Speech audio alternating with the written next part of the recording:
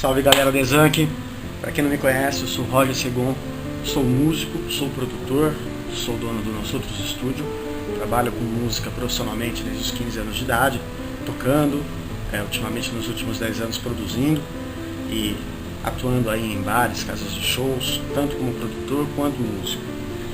Vou falar um pouco para vocês da situação, da minha ótica, do que eu vivo em relação à música, à cultura aqui em Campinas.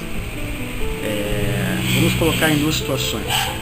Temos as bandas que trabalham com projetos cover, que tocam músicas de artistas consagrados, e a outra situação são os músicos que trabalham compondo, fazendo som próprio e tentando vender aí um trabalho novo e se lançar na mídia. Para as bandas que tocam músicas cover, tem algum tipo de espaço, tem algumas casas em Campinas que são receptivas a esse tipo de projeto.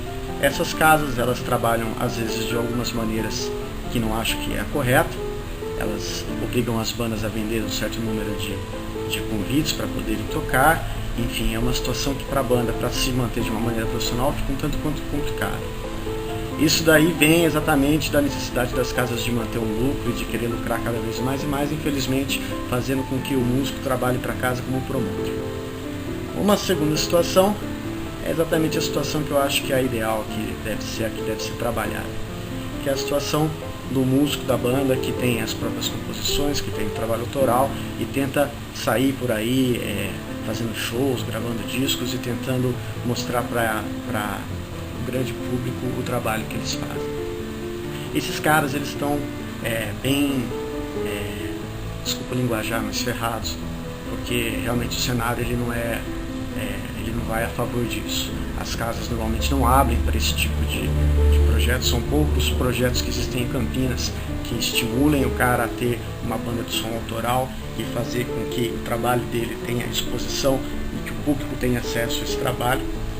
Mas infelizmente a gente está numa situação tanto quanto estacionada em relação a isso, tanto por políticas culturais, tanto por toda a crise que a gente está tendo em Campinas, governamental, administrativa, e lamento que a situação seja um tanto quanto desfavorável, porque Campinas tem muita gente boa produzindo, mas infelizmente essas pessoas elas acabam são muito mais bandas de estúdio, que frequentam estúdios e trabalham som próprio em estúdio e gravam em estúdio, e esse material ele fica restrito a ser executado somente nesses espaços ou posteriormente na internet.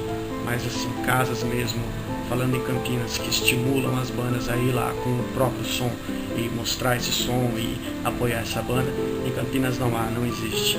Talvez em outras cidades tenham, mas ultimamente não tenho frequentado para poder dizer. Bom, essa é a minha visão, a minha íris em relação a tudo isso aí que está acontecendo em relação à cultura e às bandas de Campinas. Um abraço, tchau, tchau.